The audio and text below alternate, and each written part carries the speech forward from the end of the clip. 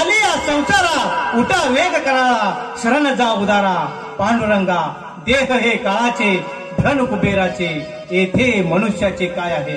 आपण काय म्हणतो आमची बायका पोरं मुलं बाळ गण गोत्र मित्र परिवार सर्व काही माझे माझे माझे म्हणतो पण कोणीच कुणाचे नाही आहे।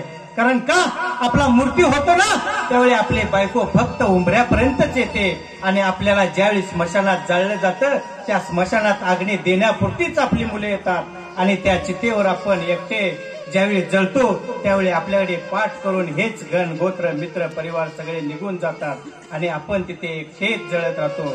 म्हणून काय म्हणतो तूने जो कमाया है तूने जो कमाया है तूने जो कमाया है वो दूसरा ही खाएगा खाली हाथ आया है तू खाली हाथ जाएगा। म्हणून काय म्हणतो माऊली आपण खाली हाताने आलोय आणि खाली हातानेच जाणार आहे। जे काही मिळवलेलं आहे ते इथंच राहणार आहे। म्हणून कोणीही कोणत्याही गोष्टीचा कधीही गर्व करू नका। श्रीमंतीमध्ये कधीही माजू नका आणि गरिबीमध्ये कधीही लाजू नका।